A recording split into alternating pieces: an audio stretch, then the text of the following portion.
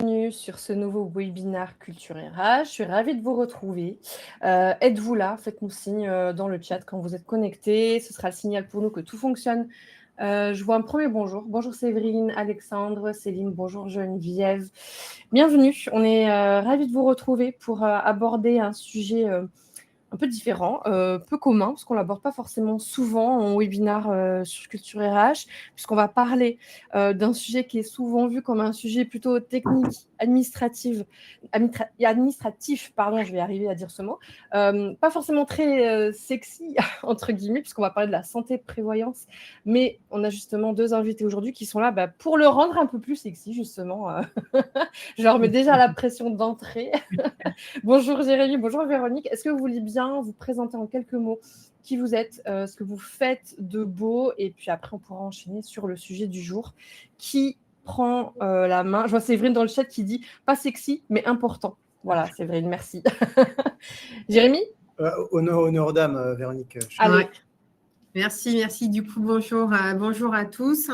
Je suis Véronique Beucher, donc directrice assurance collective au sein de la mutuelle Unéo. Donc, effectivement, je suis en charge des sujets de santé et de prévoyance des entreprises pour leurs salariés. Ok. Voilà. Bonjour Anaïs. Simple, efficace, mais elle est modeste quand même. Elle assure quand même nos forces armées et avec une complexité qui est encore bien autre que celle du privé. Mais Véronique. Oui, c'est ça. C'est-à-dire qu'on a la chance que Unéo soit effectivement l'organisme assureur du régime frais de santé obligatoire du personnel du ministère des Armées. Donc, ça recouvre près de 400 000 personnes protégées. Voilà. Et donc, ça, c'est une autre équipe qui fait ça bien.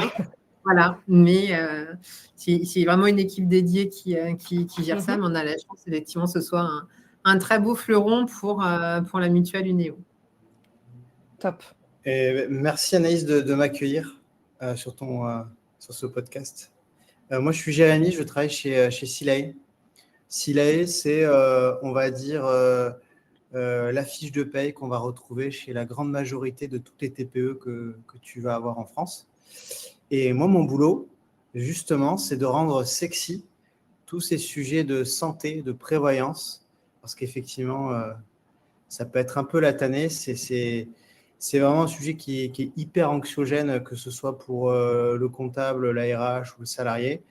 Et voilà, moi, mon boulot au quotidien, c'est de me dire, voilà, je suis boulanger à 3h du matin et je dois parler de ma mutuelle. Comment je fais? Est-ce que je comprends le sujet auquel on me parle? Et donc, je vais construire des parcours utilisateurs pour que ce soit le plus efficient pour tout le monde. Très clair. Et c'est effectivement un sujet qui est malheureusement souvent abordé quand il y a un problème.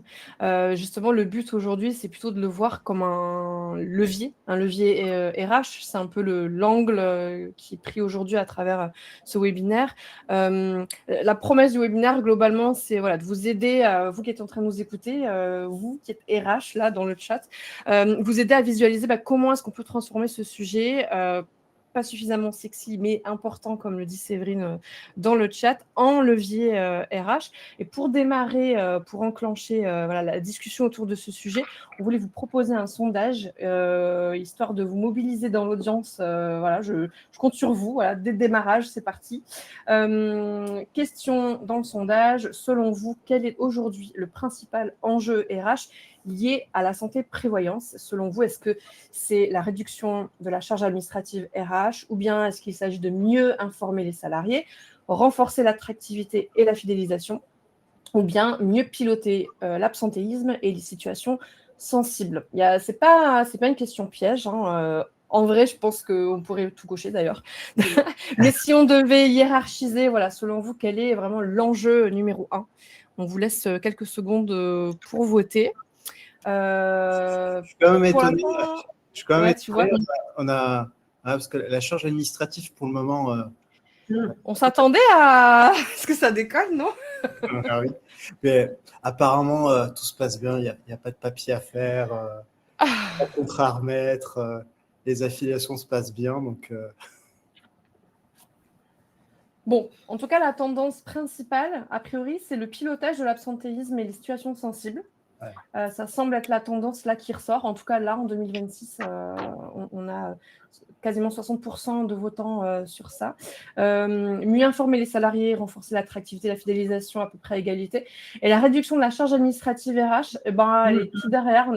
On a eu très peu de votes sur cet axe-là. Je vous lis en parallèle Stéphanie qui dit « En vrai, côté mutuel, l'aspect admin, c'est plutôt OK. C'est côté prévention où ça se complique, je trouve. » Bon, on va y venir de toute façon. Merci en tout cas d'avoir joué le jeu, d'avoir voté. Ça permet de situer un peu, la tendance pour vous qui êtes en train de nous écouter.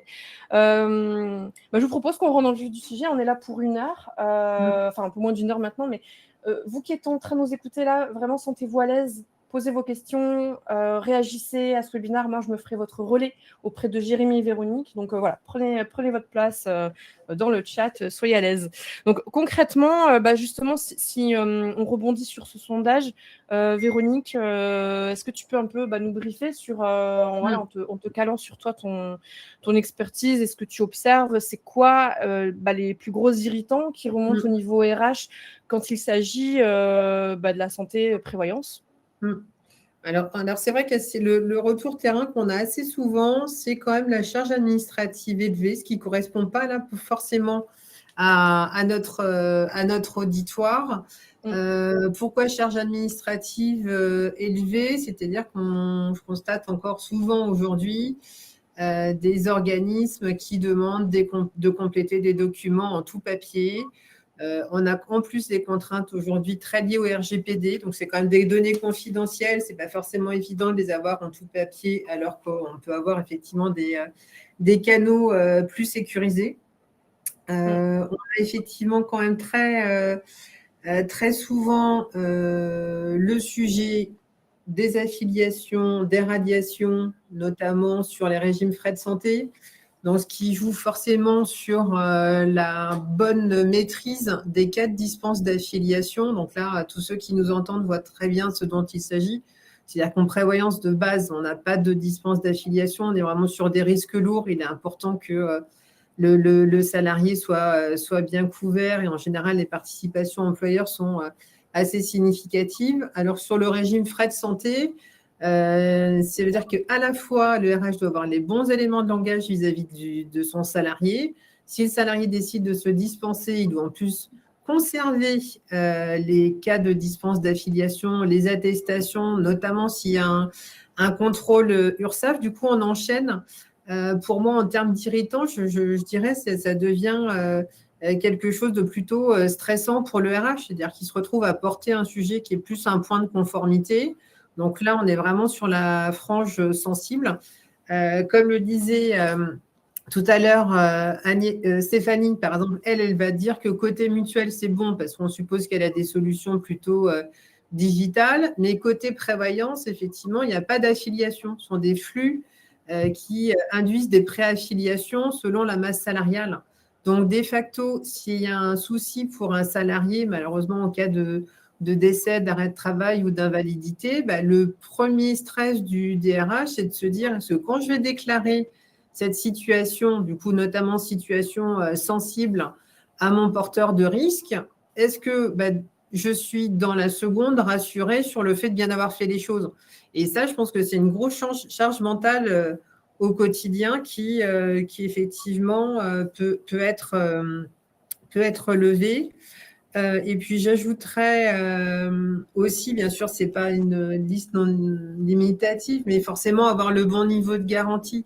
C'est-à-dire, effectivement, le RH va se dire, soit j'ai vraiment un régime conforme à ma convention collective, à la réglementation, hormis que tous ces sujets-là, depuis des années, ça bouge tout le temps. On est sur des sables mouvants, donc on a toujours besoin en tant qu'RH d'être accompagné d'experts. Et c'est pour ça que ça rajoute quand même un point de difficulté, notamment la bonne remise de la notice d'information aux salariés pour que le DRH confirme qu'effectivement le niveau de garantie qui est souscrit est bien conforme aux obligations de la convention collective et que finalement les documents remis soit suffisamment pédagogique pour que effectivement le salarié comprenne bien ces niveaux de garantie, effectivement, la remise d'une notice d'information, comment elle doit se faire. Donc ça, c'est aussi un point clé. Et puis, naturellement, aussi dans le thème de ce webinaire, c'est un ensemble d'actions qui deviennent difficilement valorisables. Et ça, c'est un vrai levier en termes de communication interne ou externe. On sait que les RH aujourd'hui vont être aussi notés sur leur attractivité employeur, sur leur stratégie de marque. Donc, effectivement, une entreprise qui est sensible à ces sujets-là, elle doit aussi être en capacité de développer une vraie communication interne et externe, mais qui n'est pas forcément dans le scope initial du DRH. Donc, moi, je vois souvent des DRH qui me disent moi, Véronique, à la fois, je veux du digital, je veux être rassurée quand j'envoie, je veux être sûre de la conformité, je veux être sûre que mes salariés soient satisfaits. Je veux pas de SAV gestion dans mon bureau et je veux aussi pouvoir valoriser ça vis-à-vis de ma direction générale ou vis-à-vis de mon CSE ou de mes partenaires sociaux quand il y en a un. Donc, tout ça rend effectivement le sujet de l'attractivité compliqué et ça peut être aussi, à mon sens, un vrai levier de fidélisation une fois que l'entreprise, le RH et les équipes de direction sont rassurés sur la stratégie RH. C'est vraiment je ne sais pas si toi, Jérémy, tu ajoutes des choses. Prenons un exemple très concret.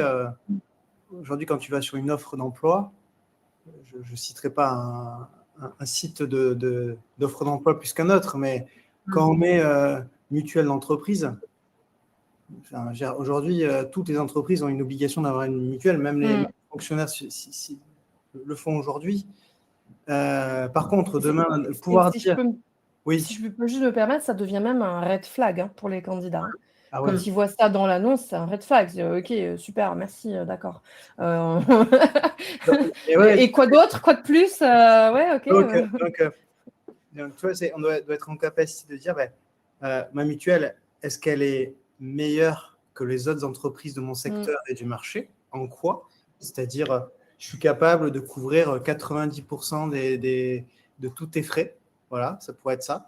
Et surtout de dire combien ça va te coûter. Parce que moi, je l'ai vu, donc justement, on travaille sur ça chez Silae, c'est de pouvoir dire aux salariés qu'est-ce que ça va te coûter sur ton bulletin de paye, mais aussi qu'est-ce que ça va te coûter si tu prends des options, ce genre de choses-là. On s'aperçoit d'ailleurs que la moyenne du marché, c'est 10% des gens qui prennent des options en plus. Pourquoi? Parce que en fait, c'est le parcours du combattant quand tu veux aller souscrire des options en plus. C'est pas dans les mêmes parcours. Tu dois, même le DRH lui-même, il se dit comment je vais communiquer? Je suis pas à l'aise. C'est pas à moi de conseiller.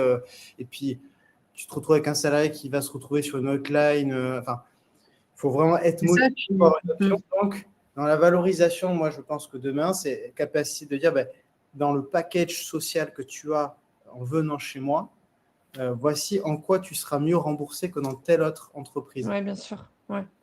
Que ce soit davantage explicite. Presque avoir une sorte de scoring, en fait. Hein. Ouais. Et je suis pas étonné que ce soit un red flag, ouais. Du coup, là, on a quand même bien vu qu'il y a une certaine lourdeur administrative, bien que ce soit tempéré par notre audience. D'ailleurs, Séverine a complété dans le chat, elle dit on a de plus en plus de dématérialisé. Donc, quand on a connu le tout papier il y a 15-20 ans, c'est plus trop un problème par rapport à la lourdeur administrative. C'est surtout la mise en place d'un sinistre que ça déclenche la période sensible du stress. Du coup, Véronique, tu l'as évoqué. Et au-delà de la lourdeur administrative, je sais que c'est quelque chose qui te tenait à cœur aussi, Jérémy, c'est le fait qu'on est sur un sujet d'expérience collaborateur, si on pousse encore plus le bouchon. Ouais, en fait, c'est un sujet qui finalement est hyper anxiogène, que ce soit pour le DRH, parce qu'il ne faut quand même pas oublier que le DRH, il a des obligations d'information. Des fois, il peut avoir un CSE quand on est sur une plus grosse entreprise. Derrière, c'est des risques prud'homales. c'est un risque pénal aussi. Donc effectivement, même si on a la digitalisation, moi je peux vous assurer qu'on a des experts comptables qui tous les jours ont des contrôles URSSAF. Mais malgré la digitalisation, on en a encore à devoir ressortir des dossiers papier pour s'assurer que la personne a bien remis le document, Bien sûr. que la DSN était bien bonne. Il faut avoir en tête qu'aujourd'hui en France, une société qui va faire un arrêt de travail, c'est derrière une gestionnaire de paye qui a un fichier Excel de 40 colonnes. Parce que d'une part, elle a des règles byzantines dans la paye, parce qu'en fonction de sa convention collective, c'est différent d'une à l'autre. Et en plus de ça, elle est incapable, et on est incapable d'avoir un lien entre la Sécu et la prévoyance pour s'assurer que tu vois, la prise en charge et le calcul va être bon. Donc, expérience déjà RH d'un côté, comment je me sécurise, je fiabilise au quotidien quand je me retrouve face à ce truc-là, comment je le gère. Parce que malgré la digitalisation, oui, tu vas avoir 5 plateformes aujourd'hui sur lesquelles tu vas devoir te connecter. Et des plateformes sur lesquelles tu ne vas pas forcément tous les jours. Et de l'autre côté, effectivement, tu as ton salarié. Et le salarié, aujourd'hui, quand il arrive dans l'entreprise, entre peut-être la partie mutuelle, la partie prévoyance, la partie épargne salariée, la partie congé, je ne sais quoi, tu te retrouves en plus avec quelque chose qui n'est pas harmonisé, avec du langage, on va te parler de complémentaire santé. Alors, quand tu n'es pas du milieu de la mutuelle, ça peut être un peu bizarre, ou de santé, avec des garanties exprimées en pourcentage de base de remboursement sécu. Et donc, nous, moi, je le vois, c'est comment on arrive finalement un parcours qui, aujourd'hui, un parcours digital sur la place, en moyenne, c'est 25 à 30 minutes. On a réussi à le ramener à 7 minutes. Pourquoi ? Parce qu'il faut aussi se mettre à la place du collaborateur. Est-ce qu'il est sur un chantier ? Est-ce qu'il est à la plonge dans un restaurant ? C'est aussi s'assurer que, tu vois, on va l'accompagner sur les bons outils. Est-ce que tu vois l'amener sur une plateforme digitale en ligne, en web ? Est-ce que c'est adapté à quelqu'un qui est toute la journée sur son téléphone ? Donc, se mettre à la place du collaborateur, c'est ce que je disais tout à l'heure. On se met à la place d'un boulanger, d'un tatoueur, tu vois. Et on va réfléchir à comment lui, il va comprendre les mots, le parcours. Oui, parce que l'idée, c'est pas seulement de s'adapter au niveau RH, mais il faut pousser la réflexion pour rendre accessible l'information, la vulgariser au niveau des collaborateurs qui n'ont pas forcément le même niveau de compréhension qu'un RH, et c'est normal. Et c'est en ça que les RH... Est-ce qu'on peut parler de responsabilité des RH ? C'est lourd comme mot. Elles ont un devoir d'information. Après, on leur demande beaucoup de choses parce qu'effectivement, on va le voir encore en fin d'année. Ça, Véronique en parlera mieux que moi, mais on va encore aller vers un déremboursement de la sécurité sociale. Et donc, effectivement, la mutuelle va prendre encore plus le relais derrière. Ce qui demande, en fait, on va le voir, c'est que les salariés vont devoir souscrire demain à des options facultatives. Ça, pour le coup, tu ne vas pas demander à un DRH de s'inventer, tu vois, conseiller mutualiste, ce n'est pas son boulot. C'est ça, il y a quand même tout un jargon technique. Jérémy, Anaïs, vous l'avez bien rappelé. Donc, c'est à la fois devoir expliquer simplement quelque chose qui est complexe, avec effectivement des bases de remboursement qui sont des volumes et des volumes entiers de données. Donc, on peut convertir sur l'essentiel, mais la personnalisation déjà de la description simple de chaque prestation. Moi, je rejoins complètement Jérémy sur le fait que l'essentiel pour vous, moi, nous, c'est effectivement de savoir combien sera notre reste à charge. C'est ça ce qu'on veut savoir sur une mutuelle. Est-ce qu'effectivement, il faut que je renforce mes garanties avec une option ? Est-ce qu'effectivement, c'est prélevé sur bulletin de salaire ? Est-ce que c'est géré directement sur mon RIB ? C'est-à-dire que dans ces cas-là, souvent, les DRH se retrouvent en SAV de leur porteur de risque aussi. Donc, ça devient compliqué. Et sur la prévoyance, c'est pire, puisque là, comme je dis, on est vraiment sur des risques lourds, le décès, l'arrêt de travail, voire des rentes d'éducation. On touche à tout l'environnement aussi personnel et familial, y compris des maintiens de salaire. Et ne serait-ce que notre système français et les conventions collectives qui vont prévoir une période de maintien de salaire par l'employeur.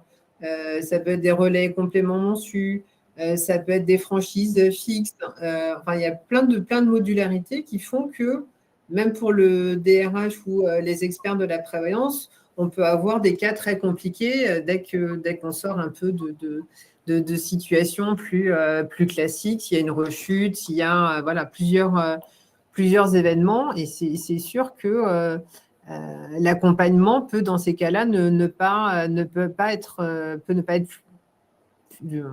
fluide, je dirais, d'une manière classique. En tout cas, la pédagogie sur ces sujets-là est absolument nécessaire. Et elle ne peut pas être uniquement portée par le RH. C'est vraiment là l'importance d'être bien accompagné sur ces sujets, que ce soit via des solutions digitales de SILAE, via des conseillers mutualistes de terrain comme on les a nous aujourd'hui au sein du NEO. Voilà, il faut quand même un complément sur ce périmètre-là. Et donc, du coup, ça se traduit dans l'expérience collaborateur, Jérémy, à travers, si on reprend, il y a différentes étapes dans la vie du collaborateur où ça se traduit. Ce qui va, alors malheureusement, donc tu as la partie, tu as le départ où tu peux avoir des salariés qui sont plus ou moins appliqués. On a des RH dans l'audience auxquels savent que des fois, ça peut être compliqué de récupérer les dossiers. Et puis malheureusement, ça va souvent se traduire lorsqu'on a un sinistre. Et il ne faut pas oublier que les retours qu'on va avoir, c'est souvent les retours négatifs. Vous n'allez jamais avoir quelqu'un qui a une super expérience à l'hôpital et qui va vous dire c'était génial la mutuelle. Non, c'est le cas, entre guillemets, excusez-moi du terme, mais les plus pourris. Ouais, quand ça remonte, c'est jamais la bonne expérience. Et donc, en termes de prévention, si je puis dire, il faut montrer déjà qu'on a informé le collaborateur. Et puis, moi, ce que je dénote, parce que je voyais le commentaire de Séverine, effectivement, il y a des expériences très différentes selon les assureurs. En fait, on ne se rend pas compte aussi que dans un contrat mutuel ou de prévoyance, il y a un millefeuille de services et de garanties qui sont annexés en fait à ces contrats-là. Ça va être de l'assistance, ça va être des services de prévention, des services d'assistance psychologique et autres. Vous avez même des fois de l'action sociale, donc c'est-à-dire une personne qui ne peut pas subvenir à un soin, donc ça va être pris en charge lors d'une commission sociale chez la mutuelle. Et donc, il y a aussi comment on arrive finalement à, tu vois, selon des moments de vie, à remettre en avant tous ces services-là. Et tu vois, finalement, je reviens à ma remarque de tout à l'heure, c'est comment on arrive de mutuelle d'entreprise à finalement gros package social mois avec un service de financement, une aide sociale, une assistance psychologique, ce genre de choses-là. Donc, il y a un gros devoir d'information au départ avec tout ce qui existe. Si possible, et quand on le peut, c'est si on a un partenaire qui justement peut avoir quelque chose de centralisé où on renvoie le salarié. Et puis, c'est orienter le salarié vers tous ces services selon les moments de vie. Ça, une fois de plus, est-ce que c'est le boulot du RH oui et non. Enfin, en tout cas, je pense que ça fait partie de la marque employeur. Maintenant, effectivement, il y a plein d'outils digitaux qui existent aujourd'hui. Je pense que ce qu'il faut aussi avoir en main, et je reviens sur le commentaire de Séverine, les services digitaux, c'est bien, mais il faut que ça soit des services digitaux sur lesquels les RH ont la main. Il faut avoir de la visibilité. Oui, aujourd'hui, vous avez des services qui existent, mais en fait, vous ne savez pas ce qui se passe derrière. Et le taux d'utilisation, justement, tu vois, ça, c'est très important. Et au final, tu te retrouves à appeler ton courtier ou ton assureur qui ne te répond pas et qui n'a pas plus d'informations que toi ou qui doit attendre une réponse de son service interne. Bon, voilà, donc il y a juste le milieu entre la cosmétique et le besoin très concret au quotidien. Et il y a un autre point que je trouverais intéressant à soulever, c'est qu'on parle beaucoup d'absentéisme aujourd'hui. Hein. Ça a été un des sujets phares aussi qu'on a abordé en début d'année sur Culture RH.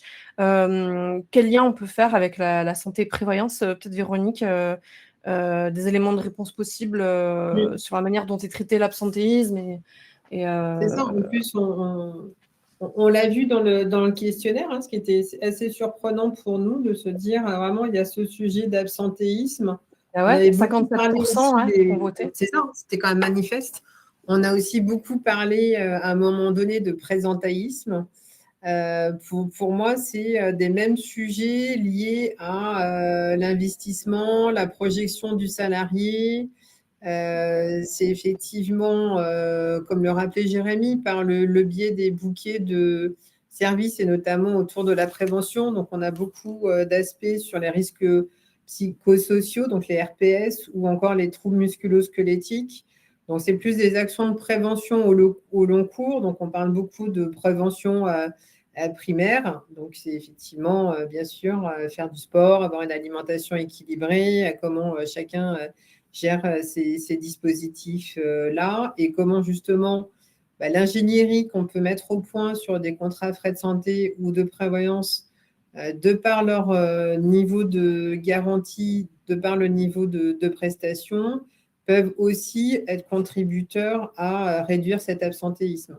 Mais c'est une notion totalement multifactorielle, hein, l'absentéisme, vous le savez très bien. Là, on le voit uniquement aujourd'hui via le prisme des sujets santé et prévoyance. On pourrait parler du package salarial et de plein d'autres aspects, mais je pense qu'on revient beaucoup du sujet de s'il y a un baby-foot dans le hall de l'entreprise, c'est super, ça veut dire que les salariés vont bien et que la boîte est fun et que tous les sujets santé et prévoyance sont sexy si on reprend effectivement notre introduction. Je pense qu'il y a vraiment beaucoup de sujets derrière pour considérer que l'absentéisme répond à différentes situations et que là aussi, la logique du traitement assurantiel de ces risques-là, notamment sur la prévoyance, c'est aussi d'apporter un accompagnement spécifique en anticipation. C'est-à-dire effectivement tout ce qui va tourner autour de la reconnaissance et de la marque employeur. Ok, très clair. Justement, vas-y Jérémy. Une fois de plus, hein, il y a beaucoup de branches de pension collective qui ont mis en place ce qu'on appelle des contrats recommandés de frais de santé ou prévoyance, dans lesquels il y a des services de prévention, et clairement, ils sont très peu utilisés. Tu vois, ça devrait permettre d'améliorer ce sujet d'absentéisme. Ils sont très peu utilisés. Alors, moi, je reviens avec ma casquette d'expérience utilisateur, mais je me pose la question, soit c'est les mauvais services, ce que je ne crois pas, soit on a une difficulté en fait à les amener directement aux utilisateurs. On y vient justement parce que il y a un sujet autour de la lisibilité et de la mise en valeur finalement auprès des collaborateurs. C'est un sujet phare à aborder aussi aujourd'hui parce qu'il y a beaucoup d'entreprises qui investissent déjà sur ces sujets, mais on peut quand même se poser la question de manière légitime, pourquoi est-ce que encore aujourd'hui des salariés ne perçoivent pas toujours la valeur? Donc Jérémy, je sais que c'est un sujet important pour toi aussi. C'est pas qu'une question de lisibilité. Ah, on t'entend pas, le micro. Ah là. Ouais, non, je pense que il y avait Abderrahman justement qui parlait de comment je dois. Il disait qu'il devait défendre aussi des budgets. Ouais. Et en fait, ce qui est intéressant, c'est que aujourd'hui, tous ces contrats-là, finalement, il y a un millefeuille de services qui ne coûtent pas plus cher en vérité. Et je pense qu'il y a vraiment un truc à aller creuser quand on est DRH aujourd'hui, c'est de se dire c'est quoi tous ces contrats annexés à mon contrat de mutuelle et de prévoyance que je peux aller finalement mettre en avant près mes salariés qui vont pas me coûter plus cher. C'est déjà une première solution sans aller chercher bien loin. Je pense même que ça permettra à certains RH de résoudre quelques situations très difficiles. Moi, dans le passé, voilà, j'avais une personne qui était pompier volontaire et qui avait une maladie et il a dû se faire enlever une vingtaine de dents. Bon, ben voilà, en fait, vous imaginez bien le coût humain, mais aussi financier que ça représente. Ben voilà, on peut passer au-delà des contrats et résoudre ce type de situation. Donc, il faut, je pense qu'il y a une vraie question aussi à se poser à un moment donné dans la relation qu'on va avoir avec son prestataire mutuel ou courtier. Ok.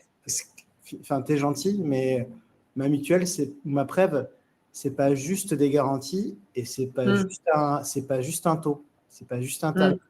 Qu'est-ce que tu me proposes concrètement demain pour que les gens ils viennent candidater chez moi? Parce que c'est pas à la RH d'aller monter un intranet ou tu vois, de faire de la communication marketing. Aujourd'hui, c'est aussi à tous ces acteurs-là de proposer ça en termes de solutions. Tu veux dire que le RH peut challenger finalement le partenaire? Complètement.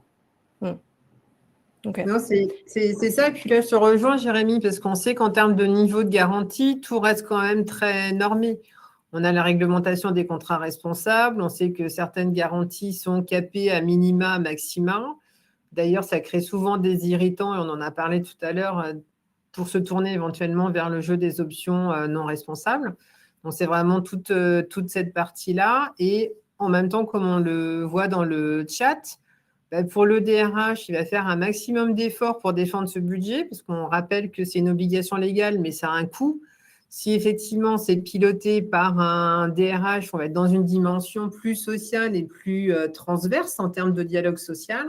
Si c'est par exemple piloté par une direction des achats ou un directeur financier, on va vraiment être dans une démarche de coût. Et là, je pense que c'est quand même très, très compliqué d'être dans une phase de valorisation si la perception déjà nativement dans l'entreprise, c'est de considérer que ce sujet-là est un sujet d'obligation légale et donc un sujet de coût. Et ça, c'est, je trouve, une charge très importante portée par les DRH comme c'est manifesté dans le flux. Hein. Donc, entre faire comprendre, valoriser, défendre ces sujets-là parce que sinon, toutes les entreprises, elles vont avoir le même bouquet de garanties avec un régime qui soit stricto sensu, celui de la convention collective.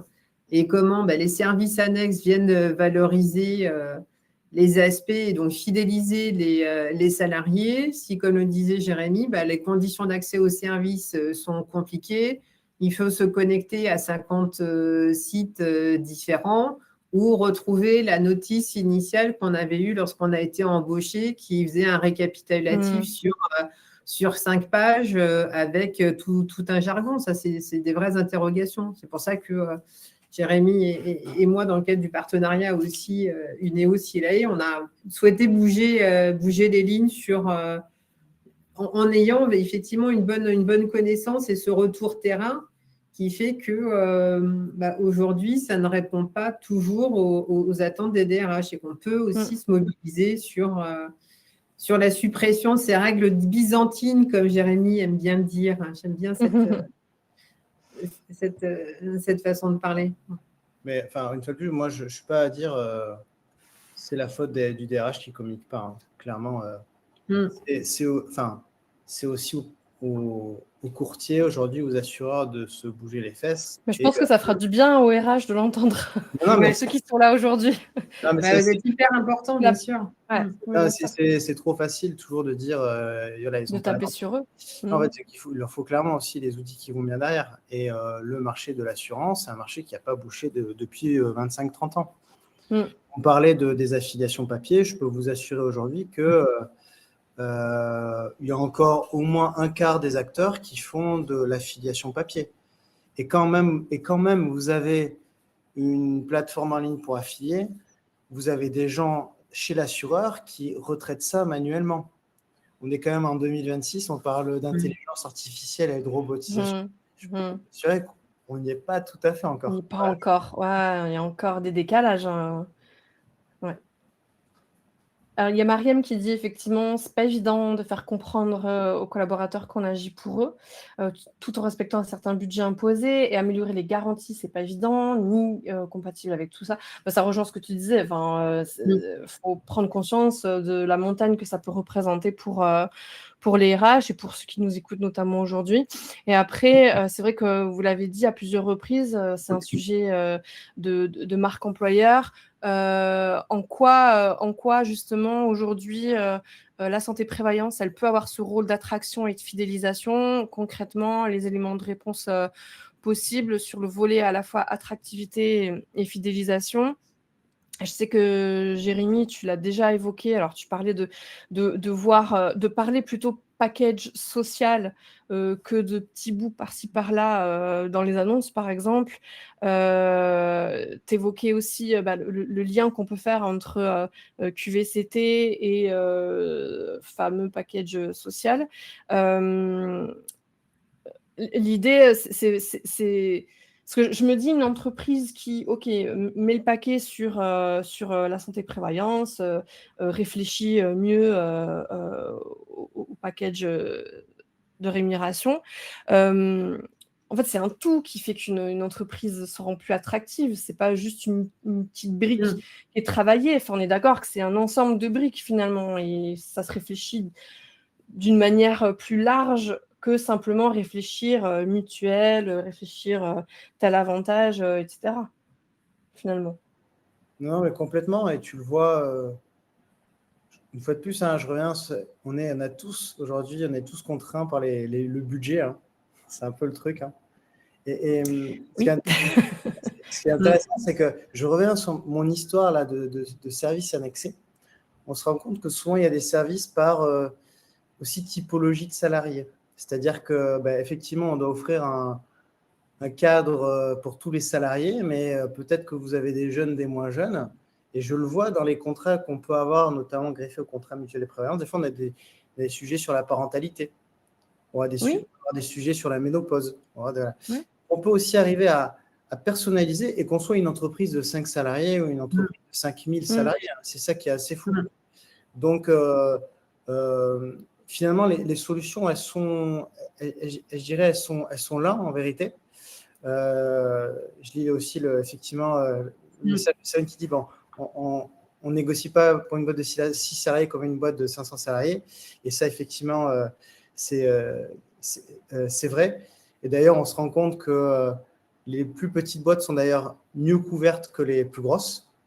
Ça, c'est les gens sont persuadés que souvent. C'est parce qu'elles ont plus de marge de négociation ou elles sont plus agiles dans le. Je dirais que plus on avance, et Véronique, tu me diras si je me trompe, mais plus on avance et plus la sinistralité du dossier est regardée de très près par l'assureur. Et donc, les garanties, on a moins de marge pour négocier finalement. D'accord. C'est ça. Et puis en plus, on est sur un marché de remplacement. C'est-à-dire avec, depuis l'ANI, toutes les entreprises, par exemple, doivent avoir le contrat mutuel pour leurs salariés. Donc effectivement, il y a forcément plus d'appétence de tel ou tel organisme sur le marché pour dire, voilà, j'ai envie de développer mon chiffre d'affaires particulièrement collectif cette année, donc je vais avoir des tarifs particulièrement attractifs. Donc finalement, ça génère du chiffre d'affaires, mais voilà, certains l'ont déjà rappelé dans le fil d'actualité, hein, c'est un coût financier.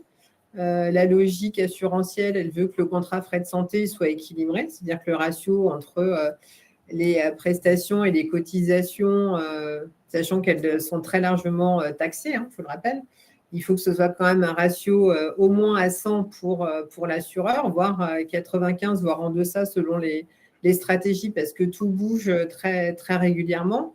Et donc, c'est forcément dans ce cadre-là où que les comptes de résultats, ils vont être pilotés de très près, avec effectivement cet enjeu de se dire, voilà, s'il y a un plan de redressement, là aussi, c'est un vrai sujet d'attractivité. On l'a vu, moi, je l'ai vu sur quelques entreprises, où des entreprises qui étaient très tournées vers le tarif, qui ont eu du tarif, finalement se retrouvent tous les ans ou tous les 2 ans à refaire des appels d'offres pour à nouveau challenger leurs tarifs. Parfois, changer de gestionnaire, ça devient aussi stressant pour les RH, mais pour les salariés aussi.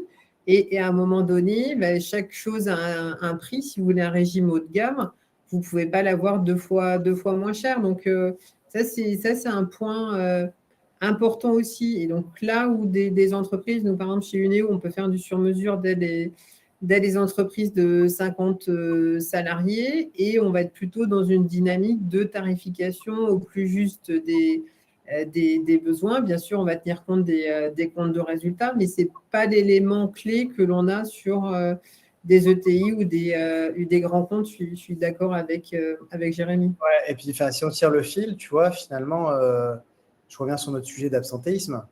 Plus tu avances, plus tu es regardé de près par tes assureurs, et plus tu as d'absentéisme, et moins tu deviens sexy pour un assureur. Et ça va devenir compliqué parce on peut aussi avoir des boîtes qui vont devenir de plus en plus inassurables parce qu'avec trop d'absentéisme, il va y avoir des assureurs qui vont dire écoutez, vous êtes gentils, mais moi je ne vous prends plus à ces conditions. C'est un cercle vicieux au final. Donc voilà, donc effectivement, ce n'est pas qu'une question de tarif, ce n'est pas qu'une question de garantie, c'est un sujet un peu plus global qui va aussi plus loin. On n'a pas parlé, mais tu vois, tu as la politique que tu vas voir sur les tickets restaurants, sur l'épargne salariale, l'épargne retraite. Donc, c'est global. C'est pour ça qu'après, tu peux avoir les bilans sociaux, mais qui soient assez partiels.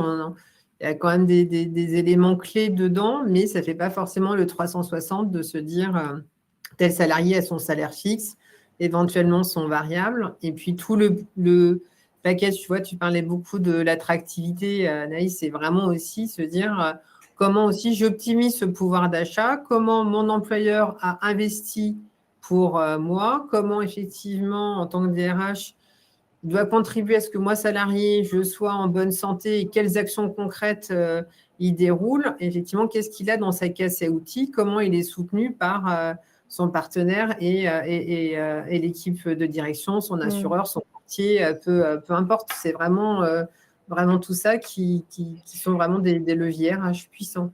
Et Anaïs, Anaïs, vas-y. Tiens, moi, j'ai deux points de vue parce qu'on ne regarde que la France, bien sûr. Avec la sécu, la complémentaire. Si tu regardes les États-Unis, bon, clairement, tu n'as pas de sécu. Donc, si tu fais venir quelqu'un et que tu n'as pas ta police, santé, assurance, c'est mort, il ne vient pas chez toi. Et nous, là, on est aussi implanté en paye en Espagne. Et ce qui est intéressant, c'est qu'en Espagne, tu as le régime public, ils en sont très fiers, ils te disent c'est gratuit. Tout le monde peut y aller, tout ça. Et ils ont aussi fait venir beaucoup de gens parce que besoin de main-d'œuvre, justement. Donc là, en fait, il faut maintenant aller chercher les bonnes personnes et les fidéliser. Et en fait, il m'explique qu'au final, ils commencent à investir dans des mutuelles parce que effectivement, aller dans le public, c'est gratuit, mais un rendez-vous, c'est au bout de 6 mois. Et donc, maintenant, proposer une mutuelle où tu peux te faire une consultation tout de suite dans un centre de soins agréé par ta mutuelle, ça, aujourd'hui, c'est un gros plus pour eux. Je dirais qu'ils en sont dans une politique H, on est plutôt au début des années 2000, comme nous, on pouvait le voir, où les entreprises commençaient à mettre en place des mutuelles en France, où ça devenait assez mature. Et donc, tu vois, on commence à voir, même dans d'autres pays très différents des nôtres, que ce système-là de mutuelle est un vrai levier d'attraction. C'est assez similaire au Royaume-Uni. Enfin, pour y vivre, moi, perso, c'est assez similaire. Et tout à l'heure, à la fin du webinaire, on vous partagera un outil d'autodiagnostic pour vous qui êtes en train de nous écouter, histoire de checker un peu les différents points, d'évaluer un peu comment vous vous positionnez sur ce sujet, que ce soit sur l'aspect, la manière dont vous communiquez, vos choix, etc.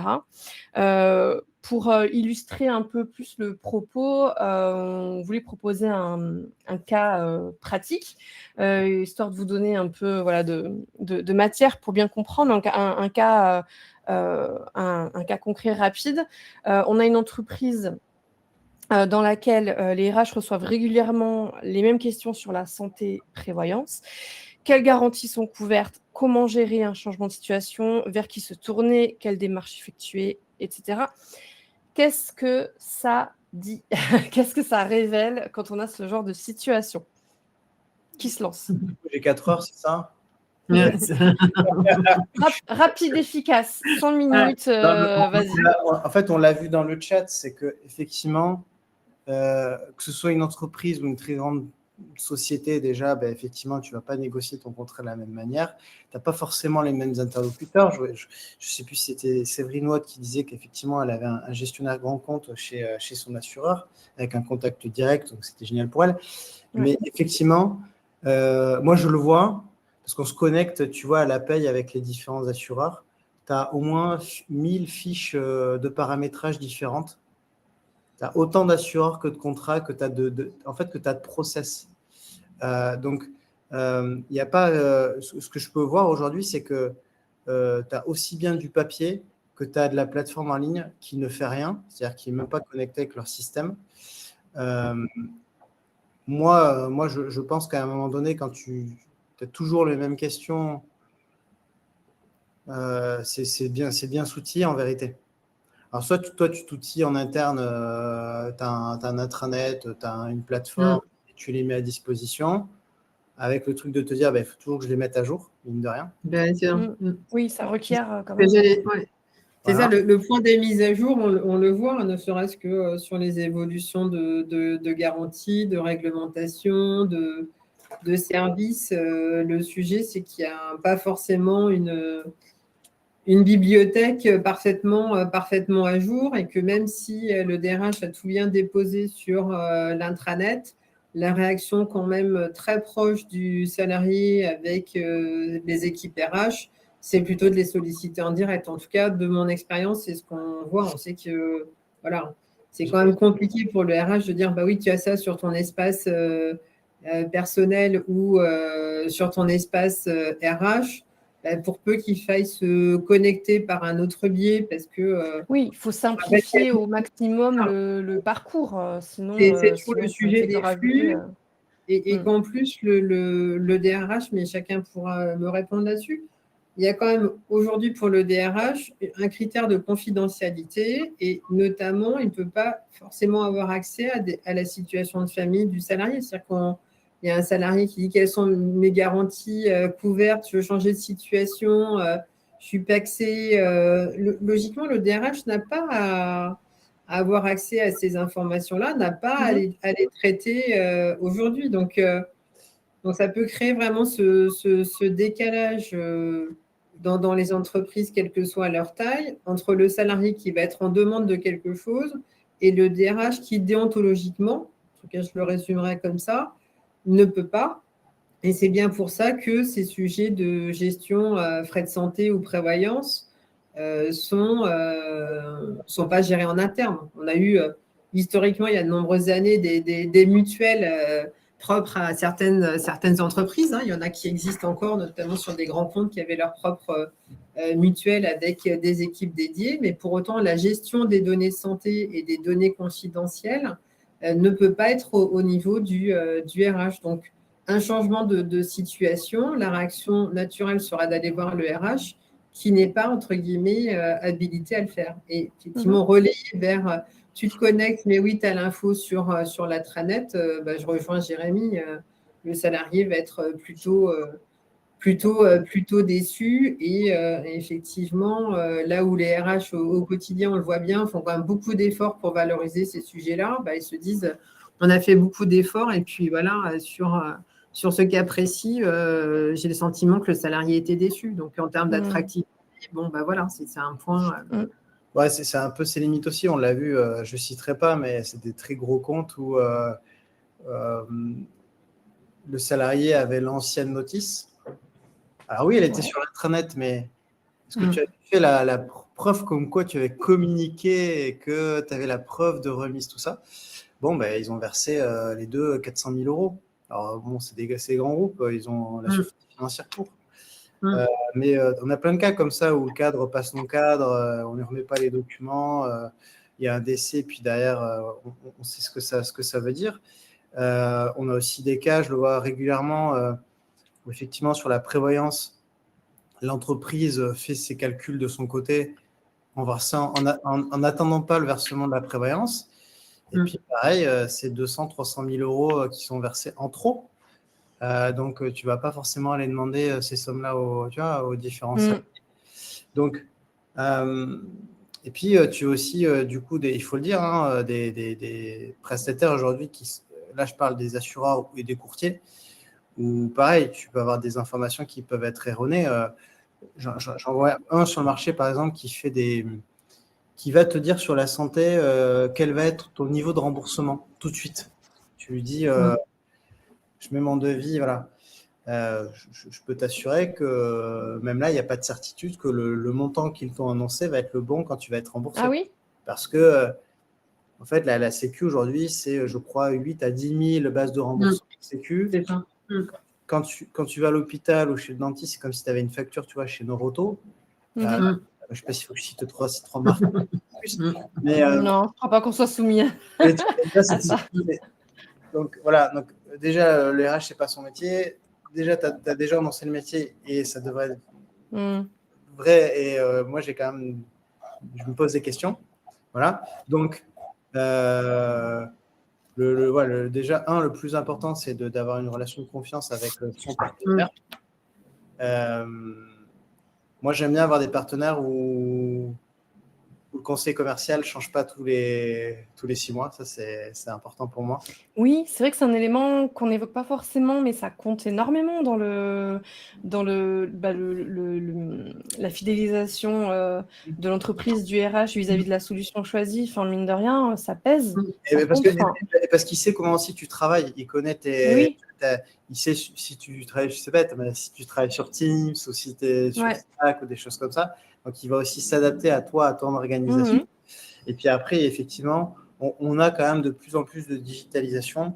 Alors là, moi, je ne vais pas être très objectif, mais il faut que tu aies quelque chose qui soit... il faut que tu aies des API, il faut que ça se connecte demain avec ton SIRH. Il faut que ce soit fluide. Avec ta paye. Il ne faut plus que ce soit le courtier, tu vois, ou l'assureur qui impose ces systèmes, quoi. Et du coup, ça me fait penser, je fais un dernier petit rebond par rapport au cas pratique, et c'est Abdelrahman qui l'indiquait aussi. Il ne faut pas sous-estimer le soutien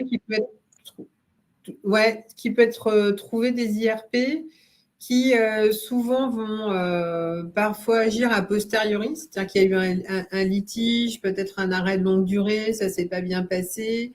Voilà, c'est aussi un bon levier de promotion des solutions santé et prévoyance, de la marque employeur et aussi d'un bon climat social, parce qu'on n'en a pas parlé tant que ça, mais voilà. Donc, Jérémy et moi, on est passionnés de ces sujets-là, donc voilà, on sait que ça tient vraiment du réglementaire, du juridique, de la conformité, des relations sociales. Donc, sujet passionnant. Pendant ce webinaire, il y a plusieurs situations qui ont été évoquées et peut-être que les personnes qui nous ont écoutés se sont retrouvées là-dedans. Tout à l'heure, je l'évoquais, on va vous partager un outil d'autodiagnostic pour justement évaluer votre niveau de maturité sur le sujet et puis pourquoi pas identifier des pistes d'amélioration. Je regarde s'il y a des questions entre-temps. Alors, je vois juste des réactions pour l'instant. Séverine qui dit « Je travaille avec un courtier très réactif qui a toujours résolu les problèmes quand je n'arrivais pas à contacter l'assureur en direct. La relation de confiance est effectivement très importante. » Ça rejoint ce que tu disais, Jérémy. L'équipe Culture RH vous a mis le lien dans le chat pour faire cet autodiagnostic. Et moi, dans l'onglet Handouts, je vous ai mis le support du webinaire d'aujourd'hui. À défaut peut-être d'avoir une question dans l'audience, moi j'en ai peut-être une pour vous. Alors, on a l'outil d'autodiagnostic qui est à portée de main pour répondre à la question que je vais poser, mais sinon, s'il y avait un point à retenir, par quoi on commence? Voilà, quand on se dit, voilà, on reprend tout de zéro, par quoi je commence pour voir comment je me situe. Voilà, je suis dans la peau du RH. Par quoi je commence concrètement? Vous avez des pistes à nous partager avant qu'on conclue? Moi, je pense qu'il faut rester frugal. La RH, hein, c'est un peu toujours la dernière roue du carrosse. Hein. Il n'y a pas de budget. Hein. Donc, clairement, c'est de faire venir son prestataire qu'il accouche en fait de tout ce qui existe autour déjà des contrats de base et de le mettre vraiment dans cette posture de tu vas aller plus loin que juste me donner mes garanties et mes taux de cotisation. Voilà. Ouais. Donc, c'est aller, c'est faire de ces partenaires qu'ils aillent un petit peu plus loin que ce qu'ils ont l'habitude de faire. Et ça, pour un coût qui va être finalement de zéro, qui va vous mettre en valeur de toute façon. Parce qu'effectivement, ce n'est pas juste de dire ah bah oui, vous avez les contrats, chère madame ou cher monsieur, je vous les envoie par mail. On sait très bien que les contrats sur ces dispositifs-là, en plus, sont longs et denses. Donc, oui, je rejoins vraiment Jérémy sur la qualité de service qui est attendue. Et en plus, on connaît bien les agendas des RH, c'est-à-dire ce que vous avez prévu le matin, ce n'est pas forcément comme ça que la journée va se dérouler. Donc, voilà. Et oui, c'est ça. Non, mais c'est intéressant, ça rejoint bien ce qui est ressorti dans le chat aussi. Séverine qui a rajouté il faut être conscient de la structure de son personnel pour adapter au mieux la couverture. Mais c'est ce que tu disais, Jérémy, je sais que ça te tient à cœur. Tu l'évoquais, hein, le fait d'aller sur le terrain et de se mettre au plus près de ce dont ont besoin les collaborateurs. Super intéressant comme angle, je trouve. Et ça rejoint aussi en conclusion l'idée que finalement la santé-prévoyance, c'est pas qu'un sujet administratif ou qu'un sujet de coût. On l'aura compris, je pense, avec ce webinaire, c'est que c'est aussi un révélateur de l'expérience collaborateur, c'est en lien direct avec l'expérience collaborateur. Donc je crois qu'on est arrivé au bout de ce webinaire. Il est 57. On vous a tout mis à disposition. Je vous remets le lien de l'autodiagnostic dans le chat si jamais vous voulez vous tester, voir où vous en êtes. Jérémy, Véronique, est-ce qu'il y aurait un mot de la fin pour conclure ce webinaire que vous aimeriez partager avant qu'on se quitte? Le petit mot de la fin, ce serait de se dire déjà top, merci beaucoup pour cet échange. Moi, j'ai adoré l'exercice.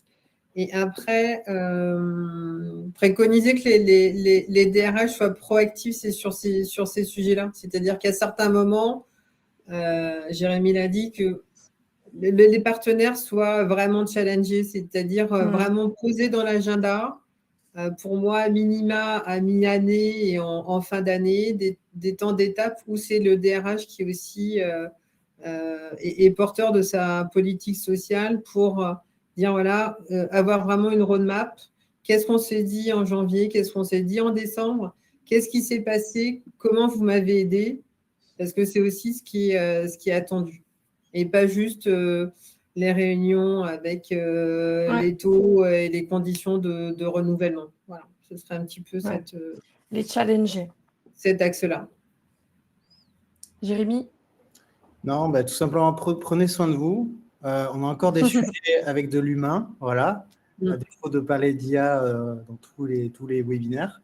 Et puis, écoutez, je vous souhaite une bonne fin d'année. Parfait. Super. Merci à vous deux en tout cas. C'était hyper enrichissant. Puis au vu des réactions dans le chat, je pense que c'est un avis partagé. Moi, je vous retrouve très vite. On a d'autres éditions à venir, et notamment celle du 2 juillet. On change complètement de sujet puisqu'on va parler d'IA et de l'impact sur les métiers. Il y a beaucoup de croyances, beaucoup de mythes qu'on va débunker ce jour-là. Donc rejoignez-nous si c'est un sujet qui vous préoccupe et que vous avez envie d'avoir quelques éclairages. Et puis, vous pouvez aussi nous retrouver sur LinkedIn, suivre l'actu sur Culture RH. Rendez-vous très bientôt et bonne journée à tous. Encore merci Véronique, merci Jérémy. Merci à tous. Belle journée. À bientôt tout le monde. À bientôt. Au revoir. Au revoir.